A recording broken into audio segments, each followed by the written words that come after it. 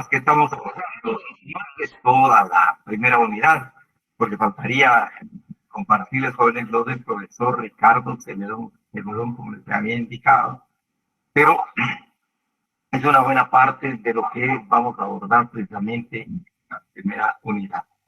Así que por favor pueden leer, tachar o imprimir esta actividad. Yo creo que les va a ser de mucha utilidad. Por un lado. Por otro lado, pues mi agradecimiento al compañero David, quien me ha informado que ya compartí también con ustedes esta información.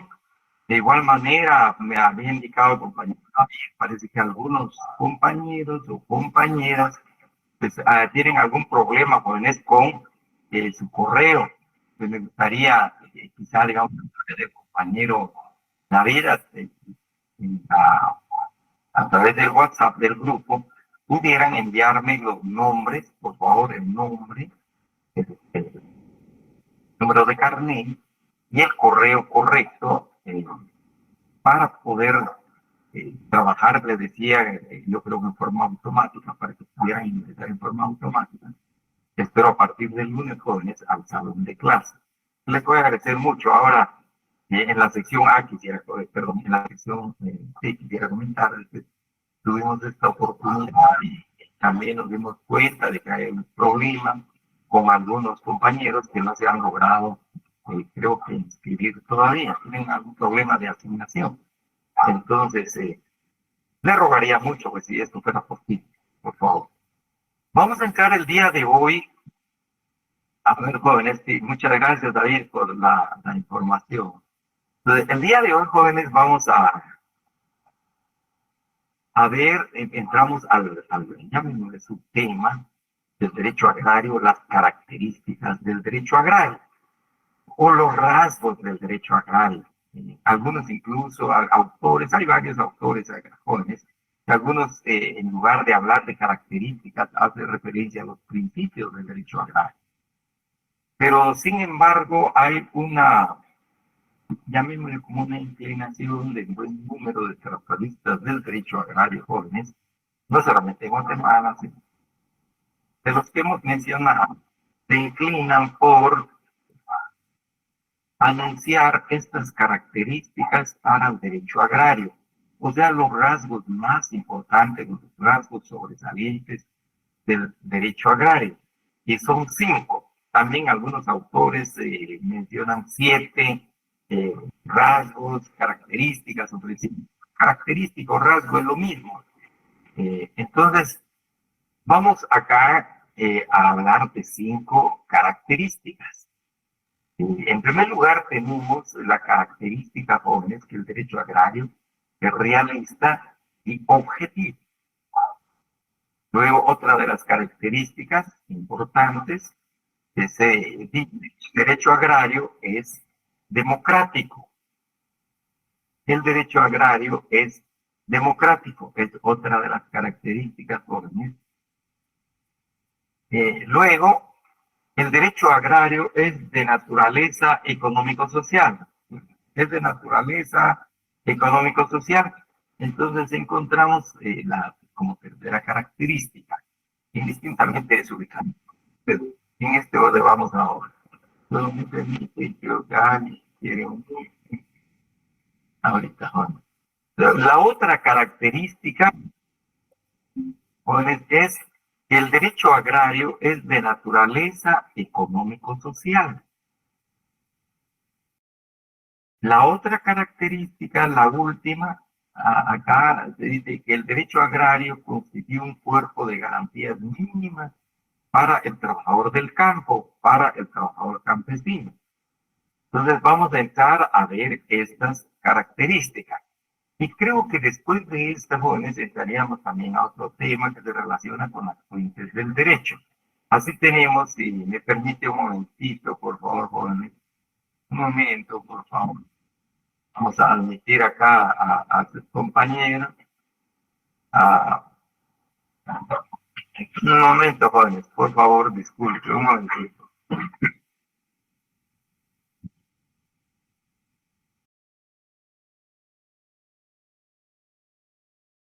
Entonces tenemos, jóvenes, acá estas serían las 5 características importantes.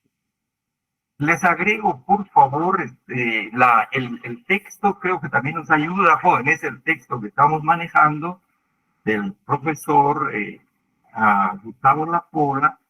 Estaríamos prácticamente viendo de la página 51 a la página 55.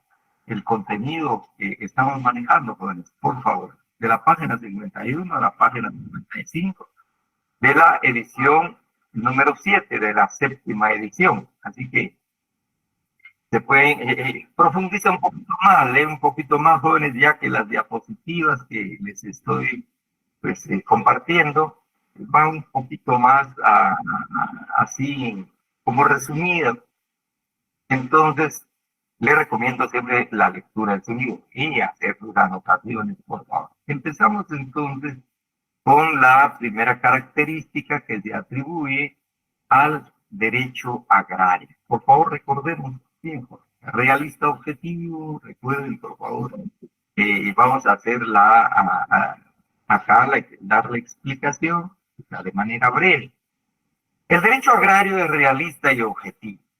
Cuando se nos refiere esto de realista y objetivo, jóvenes, y vamos a leer lo que tenemos en la diapositiva, pero acá vamos a hacer referencia, jóvenes, a que toma en consideración la realidad rústica, la geografía rústica, pero más que la geografía, la tierra, jóvenes, sino que la realidad donde se encuentra situado, donde está ubicado el trabajador del agro, el campesino. Como veremos más adelante, puede ser campesino pobre, campesino medio, o también tiene mucha tierra. Pero esa realidad, ¿cuál es esa realidad? Obviamente aquí el derecho agrario se va a hacer, se va a nutrir, se va a hacer valer de los datos que les mencionen algunas ciencias que estudian la realidad del campo, pudiera ser la sociología, o en su caso, jóvenes, las mismas ciencias económicas, o la historia pudiera ser que nos refleje, nos diga, esta es la realidad. Ayer era así, hoy es así, pues probablemente mañana puede ser así. Entonces, a eso se refiere esto, que es realista. El derecho agrario no puede dejar de ver la realidad agraria de un país desde la perspectiva de lo productivo, de la agricultura, de la ganadería, de la silvicultura y el aprovechamiento del recurso hídrico. Tiene que tomar en cuenta esa realidad que se tiene ahí. Y por otro lado, la palabra objetivo se refiere a jóvenes, es una realidad no inventada, es una realidad no supuesta, no es una realidad que se enfoque bajo una suposición, sino que es la realidad que alcanzan a ver los ojos. Esa es la realidad objetiva, recuerden, nos hablan de una realidad subjetiva, lo que yo siento, lo que yo pienso, lo que yo quiero. Eso sería la realidad subjetiva, la realidad que desea la persona desde las entrañas de su ser, desde su subjetividad. Pues el derecho agrario no debe tomar en consideración esa subjetividad, sino la objetividad, lo que está externamente a los ojos de los individuos, de las personas, lo que aparece precisamente a la vista, jóvenes, razón por la cual se habla de esa objetividad. Entonces, a esa realidad el derecho agrario debe darle un enfoque objetivo. Obviamente las normas del derecho agrario. Así tenemos, se dice que es realista porque sitúa y examina al hombre dentro del marco de su realidad social y pretende resolver los problemas que surgen de la actividad agropecuaria, y también aquí sería silvícola, jóvenes, con discernimientos ciertos y verdaderos.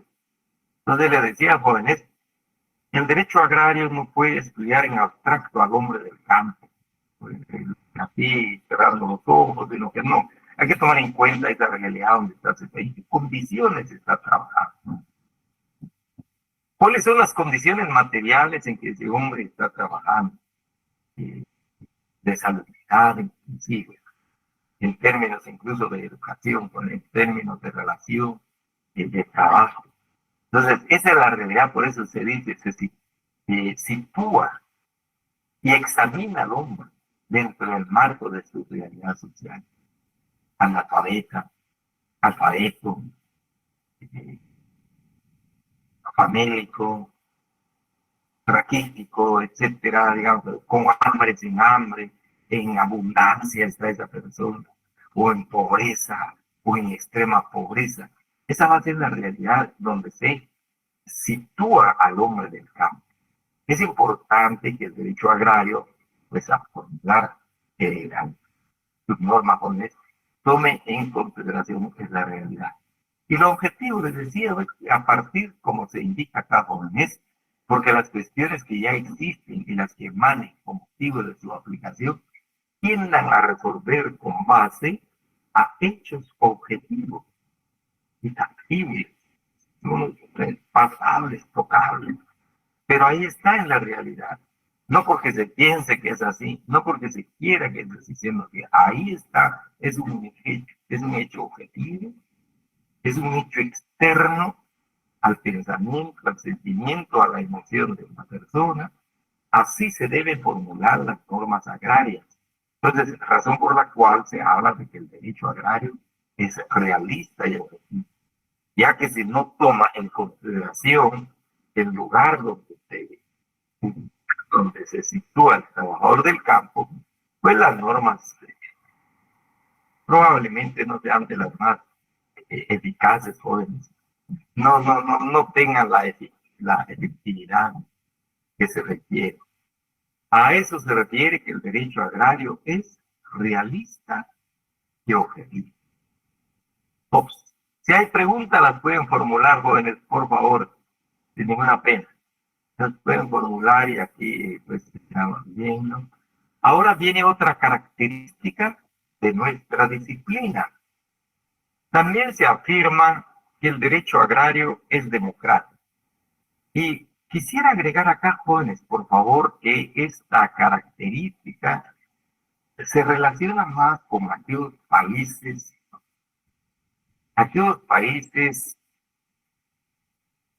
donde existe todavía la problemática agraria de la tenencia de la tierra, principalmente, jóvenes, de la tenencia de la tierra, donde existe todavía el latifundio, grandes extensiones de tierra en poca mano, con pocas manos, y luego el minifundismo, mucha mano de obra, campo, sin tierra, o con poquísima tierra, o con poca tierra. Entonces, acá vamos a ver, a eso se refiere que el derecho agrario es democrático. Sin embargo, por eso les decía, hay unos autores que ya no toman en cuenta que el derecho agrario es democrático, sobre todo en aquellos países donde ya no existe el problema de la tenencia de la tierra, donde ya no se habla de distribución de tierras, sino que sencillamente son propietarios de tierra, probablemente no tan grandes extensiones, pero tienen tierra en propiedad para su trabajo. Así entonces encontramos que la palabra democrático se refiere básicamente a esto, que la tierra sea para quien la trabaja, la tierra sea para quien la trabaja, la tierra sea para el campesino que día a día está trabajando la tierra, aprovecha la tierra, hace maravillas con la tierra, inclusive cuando es posible, dadas las condiciones climáticas, condiciones de lluvia, de sol, etcétera. Pero entonces encontramos a esa persona que está dedicada a la tierra y la tierra debe ser para esa persona. Esa es la idea que subyace en esta característica del derecho agrario. Y bajo el entendido, jóvenes, siempre en esta línea de pensamiento para los que no tienen tierra. Entonces, que esa tierra que trabajan sea para precisamente los campesinos, y que esa tierra sea base de su libertad. Que la tierra sea base de libertad para el campesino, para su familia, para que no dependa de otras personas, sino que dependa de su propio esfuerzo, de su propia dedicación, de su propia entrega en el cultivo de la tierra. Y al tener tierra, entonces, la tierra se va a constituir, se constituye en base de la libertad del trabajador del campo. Se desarticula, o como decimos comúnmente, jóvenes, se rompe esa relación de dependencia, porque ya el campesino, desde esta perspectiva democrática, pues va a organizar su producción, va a planificar su producción, va a dirigir su producción. En consecuencia, esa tierra le asegura la libertad y asimismo la dignidad como persona trabajando en el campo. A eso se refiere la palabra democrática. Pero vamos a ver entonces cuando se dice que el derecho agrario es democrático, porque sus normas van dirigidas a lograr el propósito de que la tierra sea para las masas trabajadoras que la laboran o no la tienen. Como les decía, jóvenes, hablar de países, por ejemplo, que ya no tienen este problema agrario, nos remontamos otra vez a Italia, jóvenes, probablemente a Alemania, a los Estados Unidos. Pues yo creo que no es realmente, no tiene sentido la palabra democrático, porque ahí tienen sus tierras, las laboran, las trabajan incluso de una manera mecanizada, con vehículos, para poder transportarse de su residencia hacia la unidad de producción. Sin embargo, en grandes contingentes, en gran medida, acá jóvenes, con los países del tercer mundo, los países llamados subdesarrollados, pues realmente las condiciones de ahí son distintas. Hay un contingente grande de trabajadores que apenas van a las unidades de producción con machete y asadón, que al final probablemente no les sirva, porque solo van a utilizar la mano. Entonces, obviamente ahí se habla de que la tierra sea democrática. También hago la aclaración a cajones en esta característica al hablar que la tierra es democrática. Pues puede ser tierra del Estado. O sea, en el caso nuestro, digamos, de Guatemala y casi toda América Latina, jóvenes, en aquel entonces se hablaba de las tierras rialengas, las tierras del rey, que no eran de propiedad de nadie más que el territorio del Estado monárquico español, las tierras rialengas. Y después de la independencia se empieza a hablar de las tierras baldías, que son del Estado de Guatemala. Y consecuentemente, pues nadie se puede apropiar de estas tierras, eh, sino que el Estado las tiene que entregar, distribuir, que a juicio del Estado es conveniente para el desarrollo económico y social del país, en este caso de Guatemala, por ejemplo. Entonces, al hablar de tierra, pues decía, y de democracia se refiere, ya sean tierras del Estado o bien de tierras particulares. El Estado probablemente jóvenes expropie y entrega a los particulares. Y también si la Constitución así lo permite y si las leyes así lo permiten. Entonces, acá se habla de tierras en general. Y esas tierras que trabajan campesinos, ya tuvieron la experiencia en Guatemala de la reforma agraria y que se le entregaron a los campesinos, y le entregaron tierras a los campesinos, y luego también durante mucho tiempo, especialmente el Instituto Nacional de Transformación Agraria entregó tierras del Estado a los campesinos. Como se indica acá, jóvenes, que la dotación de las parcelas, ya sea de forma individual, independientemente, en forma personal o particular, o bien en forma colectiva, comunal, independientemente, constituya para los campesinos la base de un progresivo bienestar social, así como garantía de libertad y dignidad. Pues esta es una de las características más a nivel de aspiración, si se quiere, del diálogo del derecho agrario. ¿Ah? En cuanto a que la tierra sea para quien la ponga, especialmente, repito, para países como el nuestro, países de subdesarrollo o países del tercer mundo o países subdesarrollados. En países desarrollados probablemente pues, eh, no aplique esta característica de nuestra disciplina. Recuerden, por favor, pues entonces va orientado precisamente el término democrático a eso, que el campesino sea el dueño de las tierras que trabaja. La otra característica de nuestra disciplina, la tercera, en este orden que se está exponiendo, jóvenes, o sea, cual sea su ubicación, tenemos el derecho agrario, es de naturaleza económica y social. Desde el principio de la clase indicamos que el derecho agrario, jóvenes, le interesa el proceso productivo del campo. Se enfoca al proceso de producción, se enfoca al proceso de la agricultura, de la ganadería, de la silvicultura, el aprovechamiento del recurso hídrico. Entonces, y sabemos que es un proceso eminentemente económico. Las ciencias económicas nos habla del proceso económico al referirnos que todo proceso económico pues, genera una relación de producción. La producción ya sea por parte de los dueños y contratar mano de obra, pero el proceso de creación, de elaboración, de generación de bienes satisfactorios agrícolas para la sociedad, o en su caso, jóvenes, este proceso económico en estas relaciones de dependencia de trabajadores del campo y probablemente algún propietario, el dueño de la unidad de producción agrícola. Pero estamos hablando de esa relación de producción, la relación de consumo, hacia dónde se va a destinar lo producido para que la sociedad pueda consumir lo producido. Entonces hablamos también de relaciones de distribución, de relaciones de intercambio de esos productos agrícolas. Entonces es eminentemente común.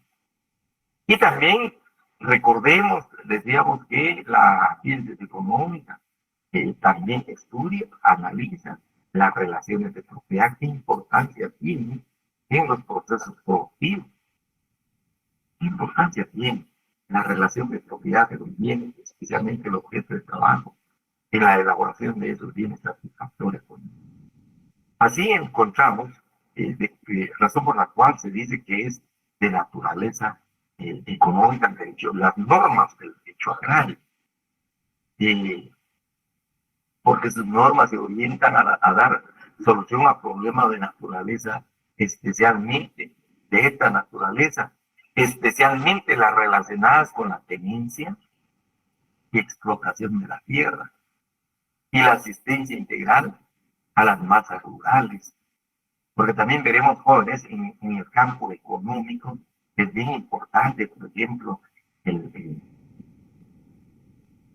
aspecto financiero, el aspecto económico, o el dinero, en otras palabras, jóvenes, que es importante atender a los trabajadores del campo, probablemente otorgándoles créditos agrícolas, ya sea por parte de entidades financieras del Estado o por parte de entidades bancarias o financieras particulares del sistema financiero o del sistema bancario de un país, en este caso, por ejemplo, de Guatemala. Entonces encontramos acá pues también ese tipo de asistencia. Así, las normas del derecho agrario, todavía cuando no existían jóvenes, el otorgamiento de los créditos a los eh, agricultores se regía pues con obviamente la ley bancaria, pero también el derecho mercantil. Y el derecho civil, en su caso, jóvenes, relacionada con la propiedad para prestar precisamente garantía hipotecaria por esos créditos que se obtenían. Sin embargo, con el avance del derecho agrario, pues se han creado ahora algunas normas jurídicas que procuran apoyar al campesino al crear no solamente instituciones bancarias, financieras por parte del Estado para el otorgamiento de créditos a pequeños campesinos, aun cuando no tengan la capacidad de garantizar precisamente esos créditos obtenidos jóvenes mediante sus propiedades. Entonces surgen nuevas normas jurídicas agrarias para favorecer a los campesinos, para que sean sujetos de crédito. Y así es el caso que platicábamos, por ejemplo, con la creación del banco en su momento, el Banco Agrario en 1974, cuando se hizo la reforma agraria. El gobierno de ese entonces buscaba, pretendía apoyar a los trabajadores del campo con asistencia financiera, con asistencia económica, con créditos. Posteriormente, pues, desapareció la reforma agraria, sin embargo, evolucionó la institución bancaria. Más tarde, jóvenes, encontramos siempre por parte del gobierno la asistencia a los campesinos a través de Bandesa, siempre una institución financiera o bancaria del Estado. Y hoy encontramos, ya convertida en Bandesa, con todas las reformas que hicieron, el Banco Rural, y el Estado participa como accionista en el Banco Rural con la finalidad de atender los requerimientos de crédito a los trabajadores del campo. Entonces, la razón pues, por la cual se habla y se dice que el derecho agrario es de naturaleza económico y ahora social, porque jóvenes, porque también toma en consideración el aspecto social de los trabajadores del campo, la posibilidad de mejorar su salud, la posibilidad de mejorar infraestructura, la posibilidad, jóvenes, de mejorar la educación formal propiamente, pero también la formación agrícola, entre otros temas. De igual manera, el acceso de los campesinos o la infraestructura, todo relacionado con el tema social, más la educación de los mismos campesinos, pero especialmente la salud del campesino. Entonces, por eso pues, se habla de la pobreza económica y social. Pero por otro lado, referirnos al aspecto social, encontramos también la importancia de los datos que proporciona, la información que proporciona la sociología, particularmente la sociología rural, que va a estudiar la conducta, el comportamiento, la existencia de grupos, la existencia de cacicazgos o en su caso la existencia de clases sociales en el campo. ¿Qué implica eso? ¿Cuál es la interrelación que se entablan, que se dan entre estos grupos? Por otro lado, también hay información, hay datos acerca del comportamiento de los trabajadores del campo. Afirma alguna parte de la sociología que el comportamiento, la actitud de los trabajadores del campo no es tan susceptible al cambio, no está tan inclinada la actitud o el comportamiento de los campesinos al cambio, son un poquito más reservados al cambio.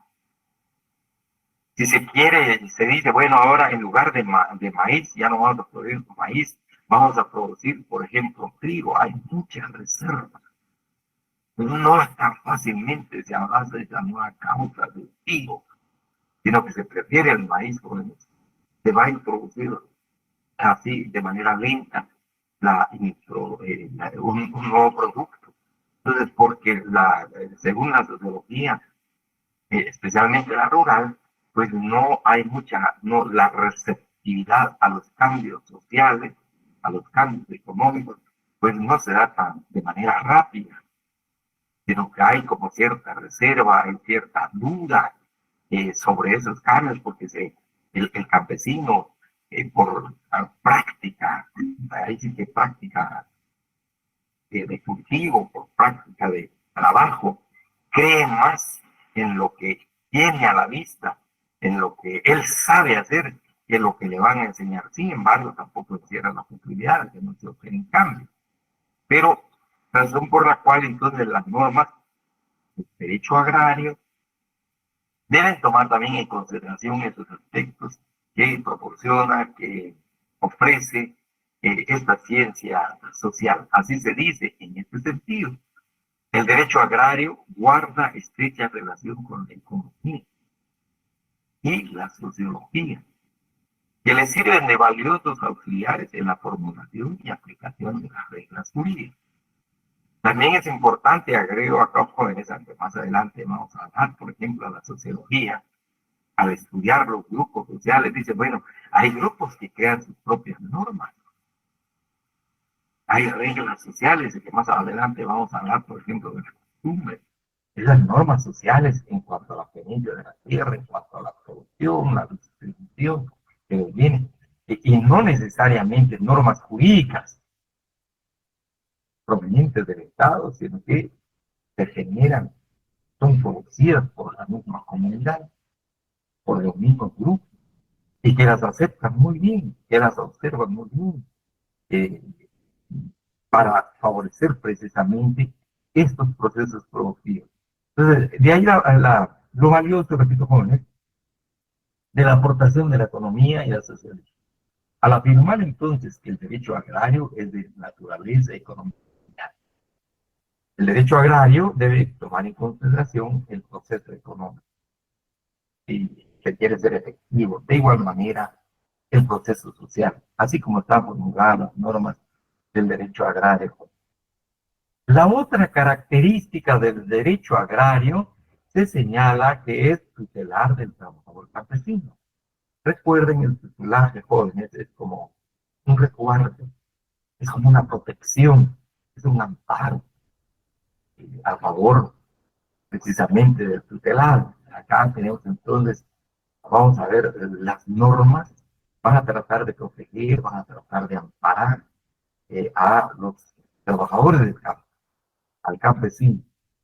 Y luego se señala como, el, como acá se dice, jóvenes, inspiradas modernamente en amplios principios de justicia social. El derecho agrario ejerce un papel de protección y amparo para las masas que laboran en el campo. Y relacionado con esto, estábamos viendo lo de la naturaleza económico-social. De igual manera, jóvenes, cuando se habla de que el derecho agrario es democrático, razón por la cual se destacan estas 5 características del derecho agrario, porque efectivamente procuran tutelar al trabajador del campo, especialmente en las condiciones en que se trabaja en los países en vías de desarrollo. Eh, a veces las condiciones de trabajo realmente dejan pues que desear, eh, insalubres, donde duermen los trabajadores, especialmente cuando llega el tiempo de la cosecha, ahí hay un gran contingente de trabajadores jóvenes, realmente no hay agua potable. A veces los ríos que corren, las aguas de esos ríos jóvenes están contaminados por el uso de pesticidas. Entonces, de ahí que se enarbola este principio, esta característica de tutelaje. El más vamos a ver también que se habla de un tutelaje preferente, un tutelaje jurídico preferente, especialmente en la parte procesal del derecho de trabajo, del trabajo agrícola.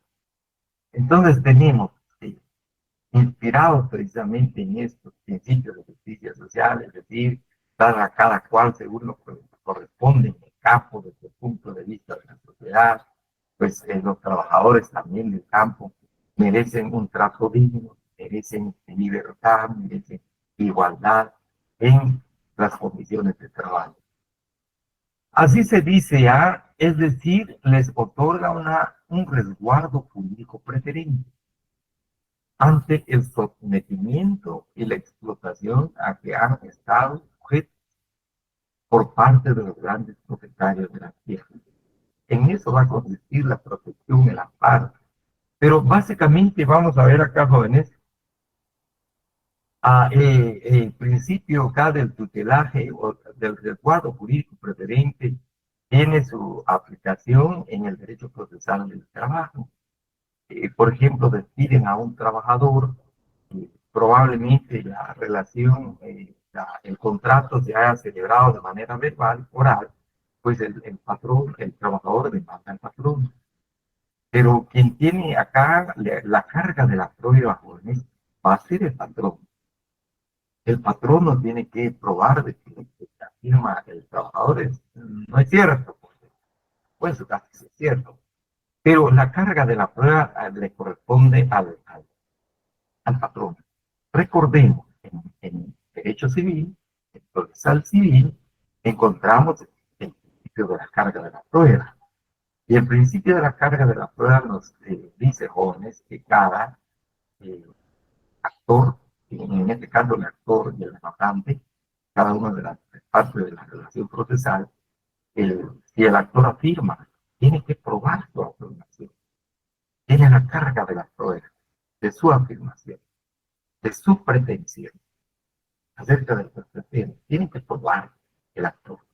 De igual manera, el demandado, sí, va a enervar, va a oponerse precisamente a las pretensiones del actor, pues tiene que probar eh, esa negación, tiene que presentar pruebas. Entonces, eso en el derecho procesal civil, en cambio acá únicamente corresponde, queda obligado el patrono a probar precisamente y al negar pues el mismo lo que afirma el trabajador, después aprobar esa negación. En eso consiste el resguardo jurídico preferente. Aparte de esto, también es el derecho de propiedad del trabajador campesino. Hablábamos en el caso, por ejemplo, de la Organización Internacional del Trabajo, la OIT, ha emitido algunos instrumentos jurídicos a favor de los trabajadores del campo.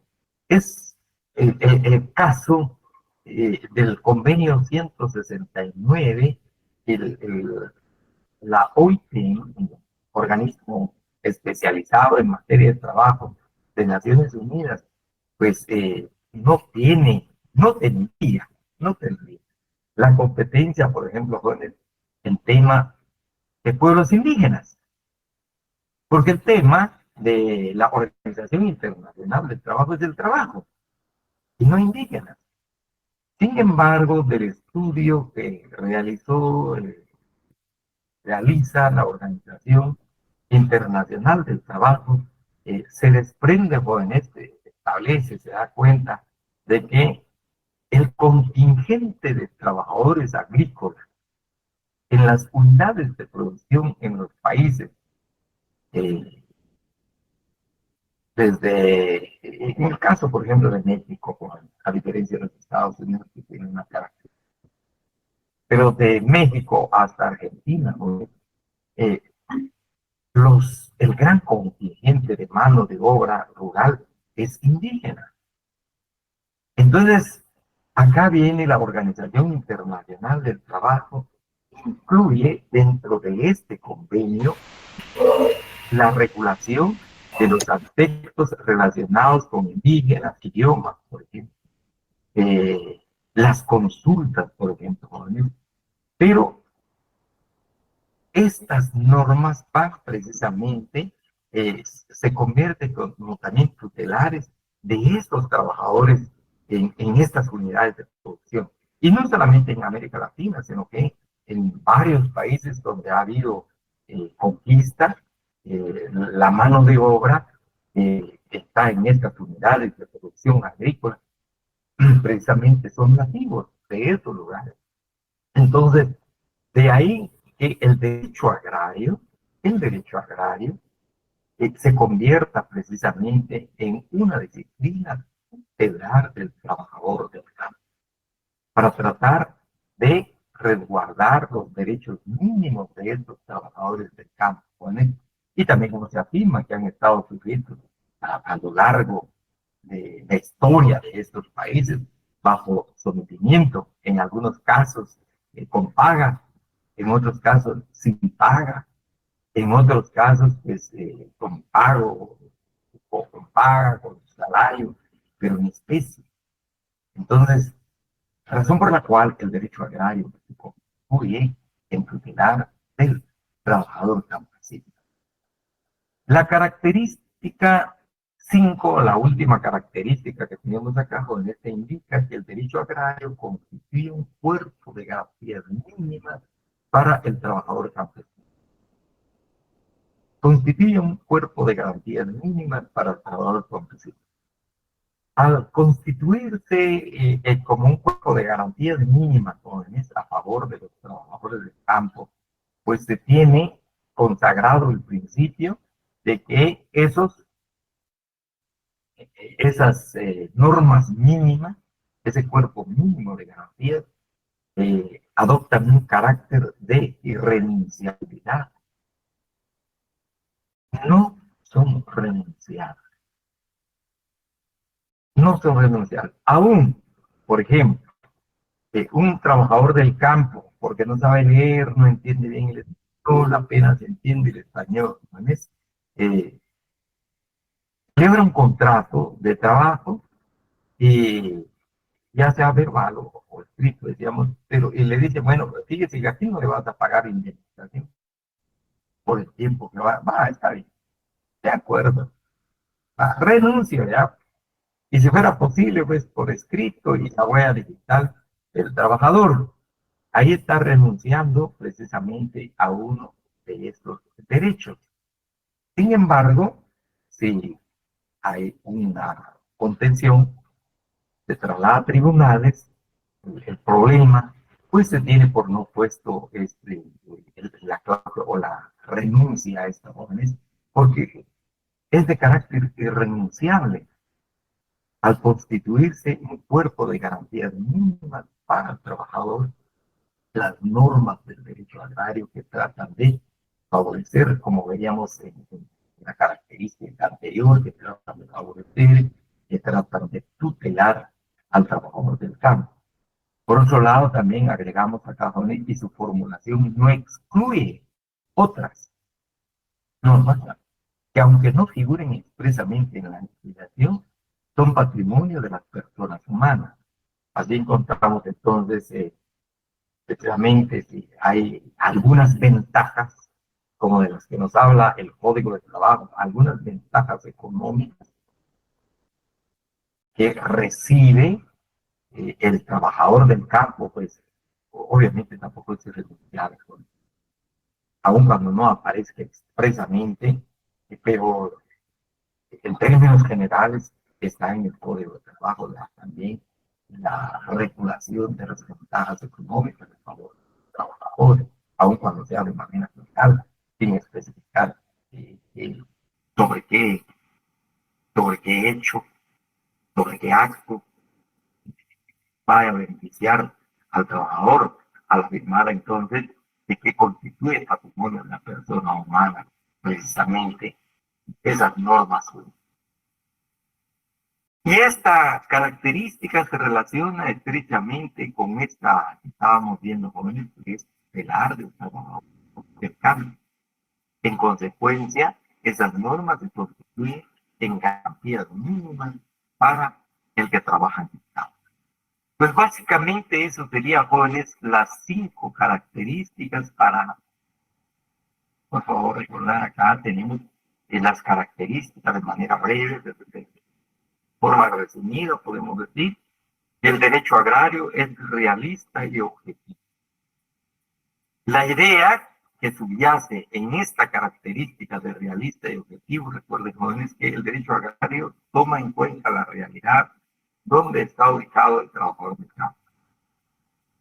A eso se refiere. Y luego lo objetivo, que se deben formular las normas de conformidad con lo que se tiene a la vista. Lo objetivo es más lo tocable, lo tangible. No tanto por lo que se piensa, lo que se quiere, lo que se supone, sino que tomando en consideración esa realidad que se tiene a la vista. Dos, tenemos, es democrático. Democrático, tenemos la idea principal, fundamental, que la tierra debe ser para el que la trabaja.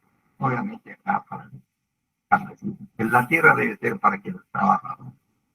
Ya sea por adoptación del Estado, ya sea por, ya decíamos, jóvenes, indistintamente por la dotación de las parcelas que reciba el trabajador, pero no debe quedar, por ejemplo, nada más a nivel de arrendamiento, porque pudiera ser eso.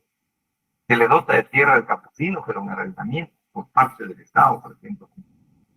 No, acá la idea fundamental es entregarle tierra al campesino. En forma de propiedad privada, no importa. En forma comunal, de igual manera, es injusto.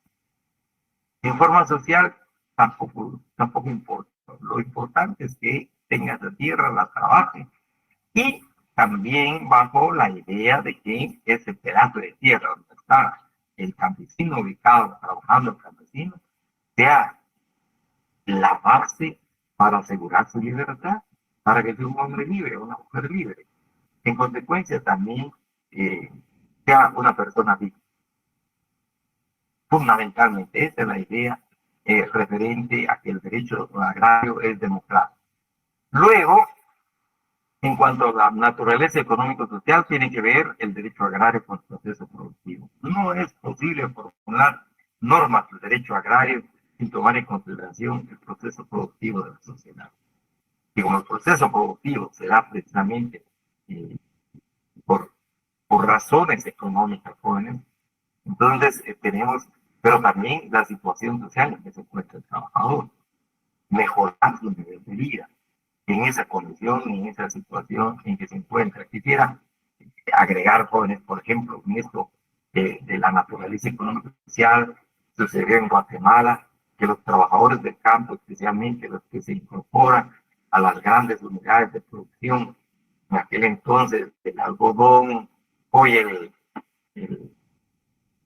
la caña de azúcar, pues el café continúa todavía, pero grandes contingentes de trabajadores campesinos, sobre todo los llamados jornaleros, provenían de las tierras altas de nuestro país, de la zona alta de nuestro país, de Alta de la Paz, de Tenango, de Saltenango, San Marcos, y que se desplazaban hacia la costa, hacia estas unidades de producción. Y el traslado de estas personas se hacía precisamente en camiones, pero camiones muy descuidados, camiones vetustos, entonces sufrieron muchos accidentes, de edad también desafortunadamente, tenemos la geografía de nuestro país muy quebrada, entonces hubieron muchas muertes, muchos accidentes de campesinos, y luego tomando el aspecto social, ¿no? Se emite normativa agraria que obliga a los que trasladan campesinos de sus unidades donde viven hacia las unidades de producción en camionetas y ya no en camiones, con la finalidad de proteger tu vida, resguardar la vida precisamente de los campesinos y el traslado en mejores condiciones, obviamente. Entonces, dado esto, pues, por la naturaleza económica y social, también es de tomar en consideración los aspectos sociales de la producción.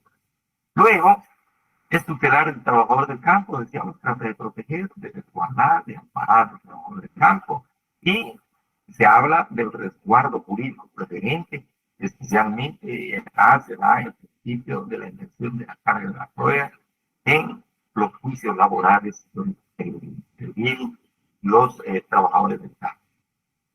Finalmente, constituye un cuerpo de garantías mínimas, decíamos, en los casos de estos países subdesarrollados, como Guatemala, las personas a veces no saben leer, no saben escribir, o si saben leer, escribir o hablan el español, pues a veces no se entiende mucho, entonces ser pueden aprovecharse de la buena fe de los campesinos al suscribir, si fuera así, o al dejar impresa la huella digital en documentos donde se están renunciando a los derechos consagrados precisamente en la Constitución de la República o en leyes ordinarias, o en leyes, como les decía, en los convenios internacionales que ha promovido la Organización Internacional del Trabajo y que han sido ratificados por el Estado de Guatemala.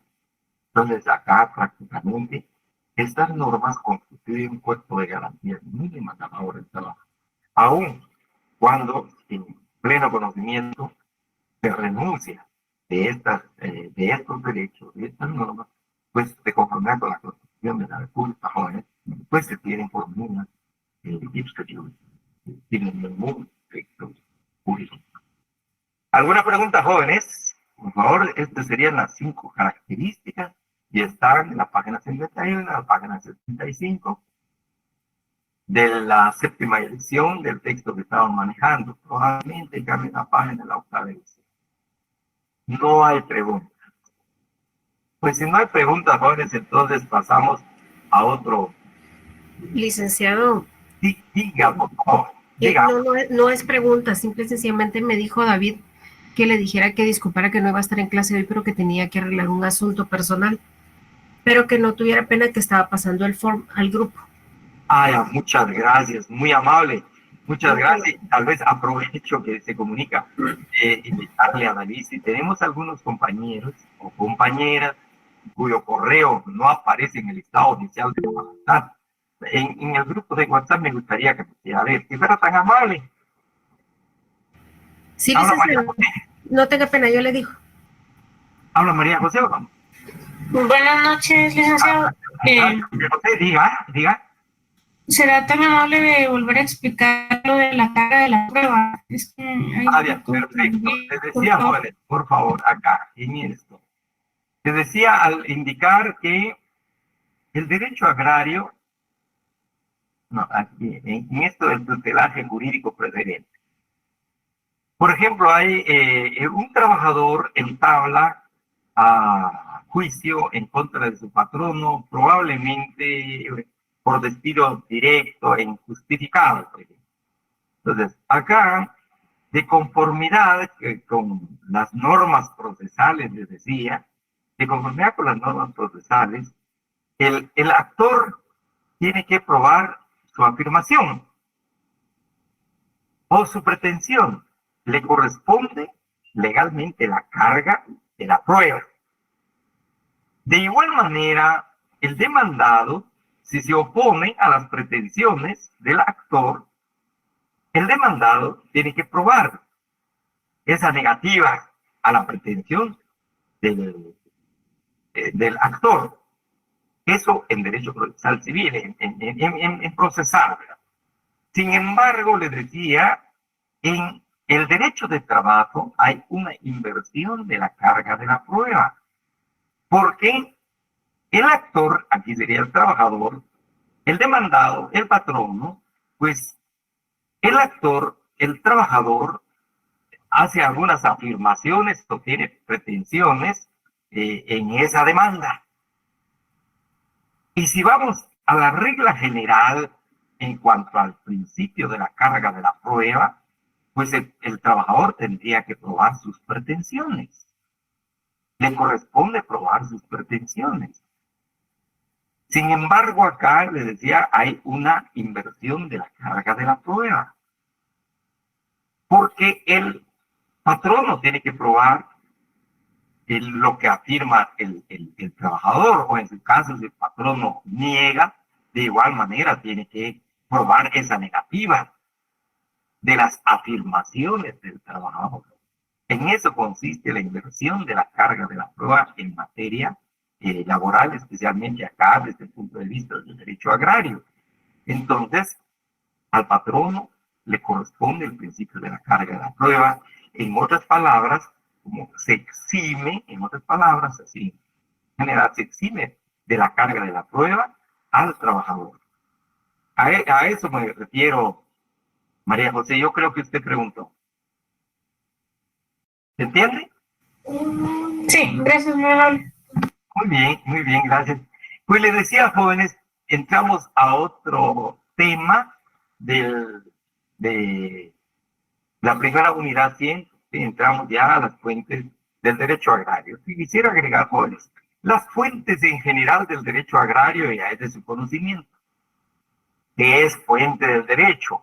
Cuando se llevó la clase de introducción al derecho 1, pues ahí se habló de las fuentes del derecho, pero vamos a hacer breve recordatorio, jóvenes, de que las fuentes del derecho, como señala un autor mexicano, Eduardo García Maínez, se refieren a los procesos de manifestación de las normas jurídicas agrarias. En este caso, el derecho agrario. Pero refiriéndonos de manera general, jóvenes, podemos decir de dónde brotan las normas jurídicas. El principio de las normas jurídicas, las causas de las normas jurídicas o el fundamento. Y de manera un poquito lata, un poquito de manera amplia, jóvenes, se habla del lugar de donde brotan las normas jurídicas. Y se hace la relación ilustrativa, jóvenes, cuando se dice, por ejemplo, de dónde brotan las aguas. ¿De dónde? O sea, ¿cuál es la fuente de esa agua?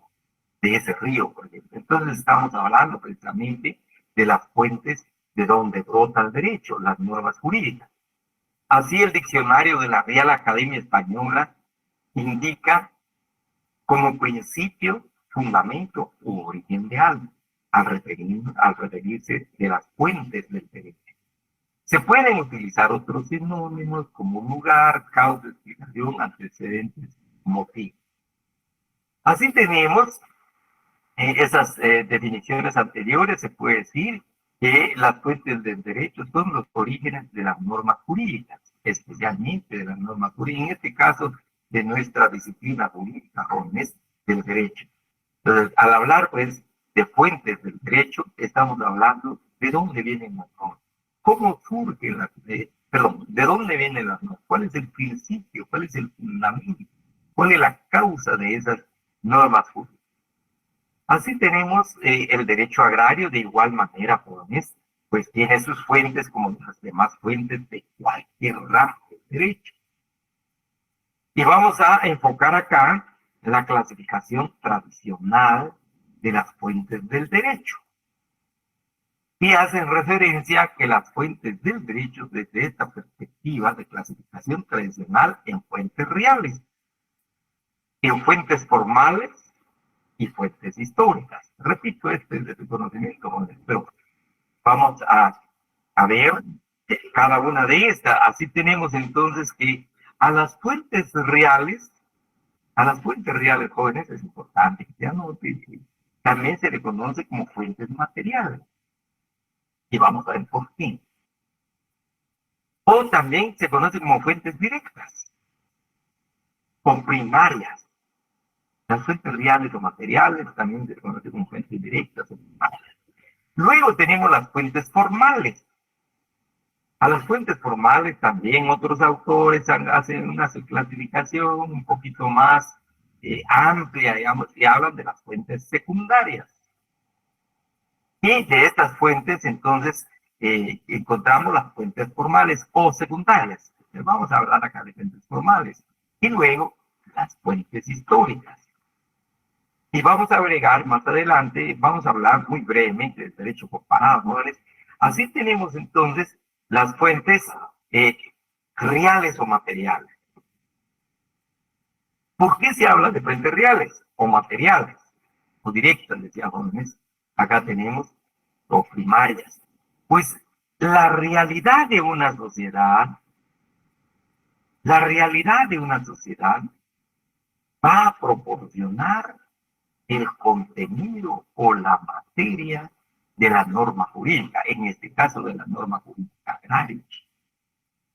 Y luego la pregunta surge y se dice cuáles son los ámbitos de una realidad de la sociedad.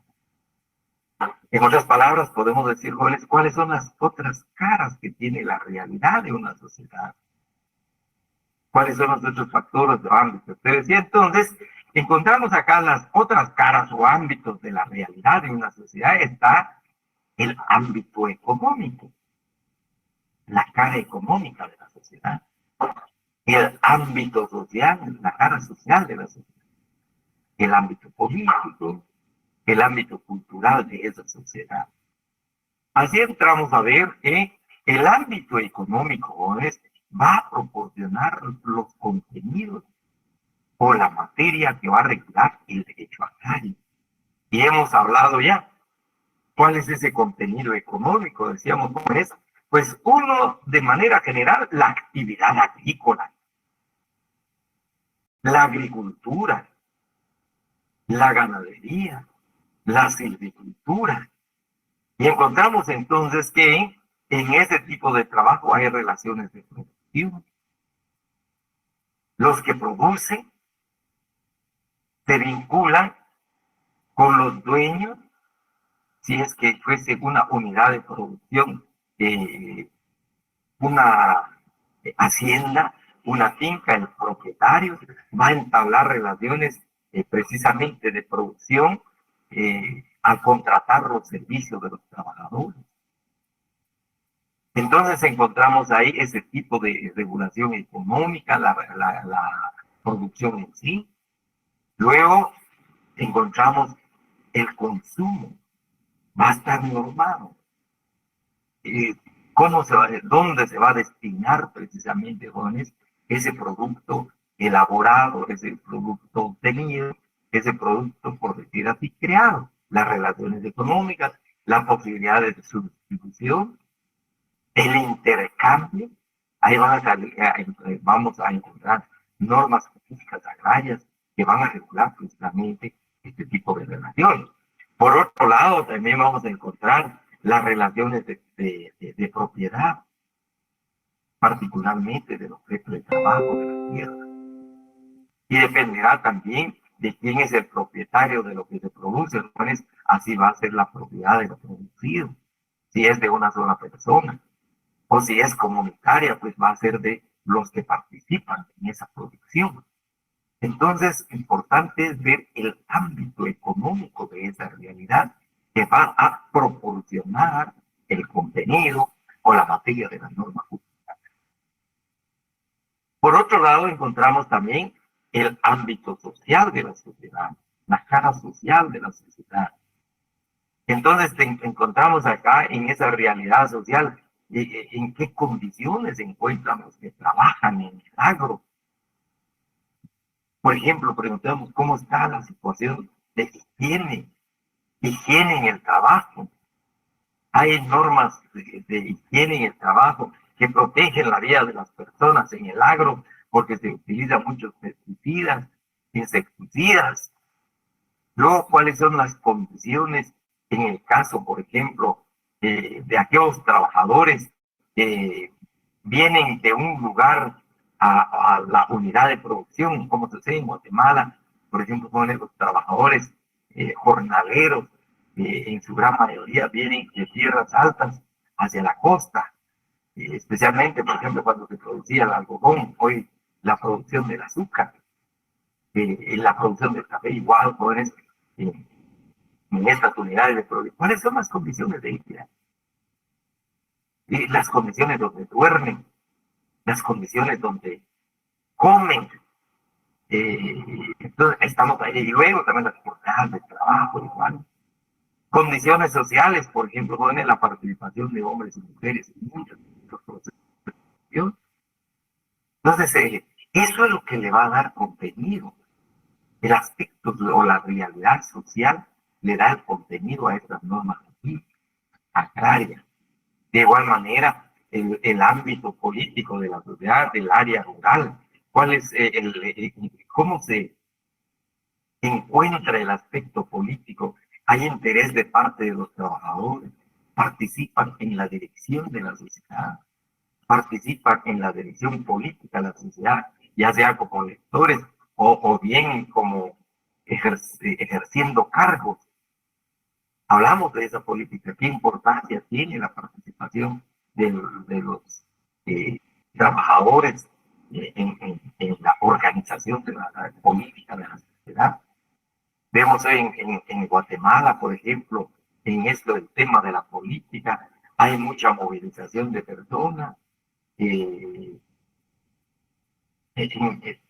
por grupos políticos, hoy por el Estado, inclusive pagando a personas que trabajaron en la agricultura y luego fueron involucrados en las fuerzas militares en el tiempo del conflicto armado. Hace más o menos 3 años, 4 años, pues se les dijo a estas personas que se les iba a pagar, pero que sembraran árboles. Obviamente no quisieron sembrar los árboles las personas, pero se toma en consideración este aspecto político, en el entendido, jóvenes, que la política consiste en la guía, en la dirección, en la organización de la conducción de la sociedad. Los campesinos tienen interés en el aspecto político de su municipio, de su departamento, a nivel nacional, que de una u otra manera va a marcar precisamente, lleva al contenido las normas jurídicas agrarias en este tema político, en el trabajo en las unidades de producción. Por otro lado, también está el ámbito cultural. ¿Qué aspectos o qué contenidos puede proporcionar de orden cultural esa realidad para las normas públicas agrarias? Por ejemplo, en el aspecto cultural de los jóvenes, se incluye, por ejemplo, en el caso de Guatemala, el idioma. ¿En qué medida el idioma puede ser considerado para las relaciones agrarias de producción? ¿Tiene importancia? ¿No tiene importancia? La organización de las mismas familias desde el punto de vista cultural, en el campo, en el agro, ¿tiene alguna relación con la producción agraria? En el caso de por ejemplo, quisiera mencionar acá jóvenes, aun cuando esto probablemente les compartí en clase, en la tenencia comunal de la tierra, en las famosas parcialidades del occidente, especialmente el doctor Interpán, que hay un aspecto cultural muy presente en relación a la organización de la propiedad comunal, de la parcialidad, donde intervienen solo familiares en esa organización de la producción de la tierra, del aprovechamiento de la tierra. Es un aspecto puramente cultural. Y es posible trasladar esto a las normas jurídicas del derecho agrario, al derecho vigente. Les comentaba a modo de ejemplo lo que sucede con el aprovechamiento forestal en estas comunidades. No se aplica el derecho vigente, sino que se aplica el derecho consuetudinario, pues quizás sea bueno que se pudiera aplicar el derecho vigente. Entonces encontramos, pues, las fuentes reales materiales, o les decía jóvenes, primarias, que están haciendo referencia a la realidad rural, a la realidad de la geografía rústica, donde se desarrolla el trabajo, obviamente, donde hay relaciones sociales de producción agrícola, desde su ámbito económico, que van a promocionar el contenido de las normas agrarias, el ámbito social igual que van a proporcionar el contenido de la político, probablemente poco, pero que marcan el contenido de las normas jurídicas agrarias, el aspecto cultural. Entonces estamos hablando acá de las fuentes reales o materiales del derecho agrario y nos estamos refiriendo a esa realidad rural, a esa realidad agraria. Luego también vamos a encontrar ya dentro de las fuentes formales. Las fuentes formales nos dan la idea de, valga decirlo así, formalidad.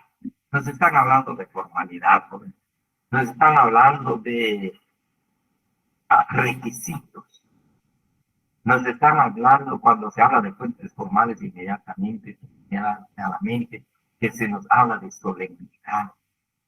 Es tan solemne, es tan formal, es tan exigente esta fuente de donde viene el derecho, de donde vienen las normas jurídicas agrarias, de donde viene la ley, porque al final vamos a ver el resultado de la legislación, del proceso legislativo en la ley, en este caso la ley agraria, las normas jurídicas agrarias. Por eso son los procesos de manifestación de las normas. En el caso de Guatemala se indica la doctrina y el derecho guatemalteco reconoce como fuentes formales del derecho, la legislación, la jurisprudencia, la costumbre, la doctrina, pero vamos a agregar el derecho comparado y vamos a explicar por qué poner la importancia del derecho comparado. Entonces tenemos, dentro de las fuentes formales, jóvenes, está la legislación, que habla de que es la fuente formal por excelencia del derecho, la legislación, porque va a estar estrechamente relacionada y fundamentada en la constitución política de la República. Luego, la jurisprudencia, son esos fallos judiciales, pero aquí vamos a hablar también en derecho agrario, jóvenes, de aquellas resoluciones administrativas de las autoridades administrativas que conocen, analizan y resuelven problemas relacionados con el agro, que no necesariamente llegan a los tribunales de justicia, sino que son problemas agrarios, sí, y que se tramitan, que se ventilan y se decidan ante las autoridades administrativas, obviamente del Estado. Luego tenemos la costumbre como conjunto de normas que crea la misma sociedad, la misma comunidad, el mismo grupo. El mismo grupo va a crear normas de reglas de comportamiento, de conducta y de observancia para el grupo, para la comunidad, y de observantes también voluntarios. Luego la doctrina, lo que aportan precisamente los estudiosos del derecho, los jurisconsultos, los abogados que dedican parte de su vida a este tipo de estudios. Pero también aquí agregamos dentro de la doctrina, aunque no en estricto sentido, jóvenes, la aportación de los que se dedican a las ciencias económicas, desde el punto de vista doctrinario. Algunos temas relacionados precisamente con los procesos productivos y obviamente agrarios, fundamentalmente, jóvenes, pero acá nos vamos a centrar especialmente en la doctrina desde el punto de vista jurídico. Aquí tenemos entonces la legislación. Vamos a recordarles, decía jóvenes, acá la legislación es la fuente del derecho por excelencia. La legislación es un proceso reflexivo del organismo competente del Estado. Aquí estamos hablando, en el caso de Guatemala, pues del Congreso de la República, el organismo legislativo. Por excelencia es el órgano del Estado a cuyo cargo está precisamente la elaboración de las leyes. Es su competencia, jóvenes, la elaboración de las leyes. Entonces encontramos acá, y ahí tienen estas anotaciones, por favor las vean, jóvenes, pero la legislación precisamente nos da idea de un proceso, como se indica acá, jóvenes, es un proceso que agota fases o se compone de fases.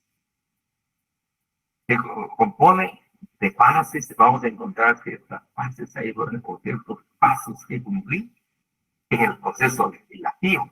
Y les decía acá, fundamentado en la Constitución Política de la República, especialmente con esto. Acá encontramos entonces las fases o etapas de este proceso. El proceso legislativo de creación de la ley, porque al final vamos a ver el producto final del proceso legislativo, con la legislación va a ser la ley, en este caso la ley agraria. Así entonces la Constitución Política de la República, en el artículo 104, pues nos va a indicar en la iniciativa de la ley, el proceso legislativo. Recuerden, por favor, no vamos a explicar, ampliar más sobre la iniciativa de ley, es de su conocimiento, pues la iniciativa de ley es la voluntad que la Constitución Política de la República otorga a ciertas personas o a ciertas instituciones o organismos del Estado para poder presentar, valga la redundancia, iniciativas de ley al Congreso de la República o anteproyectos de ley. Por favor, recuerden la iniciativa de ley. Pero alguien que no tiene iniciativa de ley, por muy bueno que sea ante el proyecto de ley y que vaya a él de manera personal a presentar al Congreso de la República, obviamente, casa menos que de canalicia a través de un congresistas. Luego tenemos la discusión, es requisito indispensable de conformidad con la Constitución Política de la República, discutir ese anteproyecto de ley. Recuerden que está también la lectura de la ley, las 3 lecturas obligadas de la ley, a menos que por razón de emergencia o por razón, pues, como señala la misma Constitución, se le dé una sola lectura, pero de otro modo de lectura. Y luego de la discusión está la aprobación por parte del Congreso público. Y la aprobación puede ser de forma simple, puede ser de forma calificada, ¿no? O por mayoría absoluta, dependerá. Pero tiene que llevarse a cabo este acto aprobatorio por parte del Congreso de la República. Agotado esta parte en el Congreso de la República, se eleva al presidente de la República para su sanción, para que continúe su camino. También, como es de su conocimiento, bien el derecho del presidente de la República puede hacer valer el derecho de veto, la promulgación, publicación y finalmente la vigencia de la ley. Y ahí tenemos ya la norma jurídica agraria, ha pasado por ese proceso y de manera estricta. Pero ¿qué sucede, jóvenes? Por ejemplo, si pensemos, no se le dan las 3 lecturas, se le dieron solo 2 lecturas a esa iniciativa de ley, a ese anteproyecto de ley, y aún así pasó, se aprobó, el presidente igual le dio el visto bueno, sancionó la ley y se publica y cobra vigencia. Pues pudiera ser una norma jurídica agraria muy buena, muy tutelar de los trabajadores, que impulsa el desarrollo económico, pero sin embargo, jóvenes, acá adolece del vicio, porque no se agotaron las 3 lecturas y ni se pronunció al respecto del Congreso de la República. Entonces adolece del vicio de constitucionalidad. Y se puede plantear precisamente la inconstitucionalidad de esa ley. Y es probable que prospere, jóvenes, porque se está incumpliendo con uno de estos requisitos, con una de estas formalidades, con una de las solemnidades que establece la Constitución de la República para que surja la ley. Entonces es probable que si prospera la inconstitucionalidad, pues se expulse esa ley que recién nació y recién fue publicada en el diario oficial. Entonces así tenemos las fuentes formales del derecho. Acá, jóvenes, las fuentes formales del derecho. Entonces, el derecho agrario en su creación tiene que pasar por esta fuente formal, cumpliendo todas las obligaciones, las exigencias, los requisitos que establece la Constitución de la República al respecto. Obviamente, en cuanto a forma y también en cuanto a contenido. Por ejemplo, si se quisiera se emite una ley de reforma agraria en estos días, por ejemplo, hoy, pues está en contra de la Constitución de la República, no permite eso la Constitución de la República, al consagrarse el principio de la propiedad de función personal o por el derecho de la propiedad. Entonces, es importante cumplir con estos requisitos que establece la Constitución de la República. Repito, jóvenes, así brevemente, por favor. Tenemos la clasificación de las fuentes del derecho. Nos vamos a quedar en esto de las formales. Las fuentes reales o materiales, las fuentes formales, las fuentes históricas. Las fuentes reales hacen referencia a la realidad y que proporciona, esa misma realidad proporciona el contenido de las normas jurídicas agrarias, ya sea en el ámbito económico, social, político, cultural. Y luego, las fuentes formales se refiere a esas leyes que pasan por el proceso legislativo en forma cumpliendo con los requisitos, las exigencias y las solemnidades de la ley. Y entonces vemos que es el caso de la legislación, jóvenes, acá la legislación y el proceso legislativo que nos señala el Congreso de la República. Hay que cumplir, pues, como le digo, por muy bondadosa que sea la ley, si no agraria, si no cumple con esta ley, obviamente que puede ser atacada de inconstitucionalidad o vicio de inconstitucionalidad. Bien, jóvenes, pues agradezco su atención. Dejamos acá, se nos fue el tiempo. Nos estamos viendo el día lunes. Por favor, la lectura de su libro, para los que tengan el libro, de la página 51, la página 75. O si no, pues ahí tienen también las diapositivas, pueden hacerle las anotaciones una vez que las reciban. Muchas gracias, jóvenes. Muchas gracias, compañero, por el aviso en relación. Muchas gracias, licenciado. Gracias, jóvenes. Les deseo Muchas gracias. muchas gracias, jóvenes. Feliz.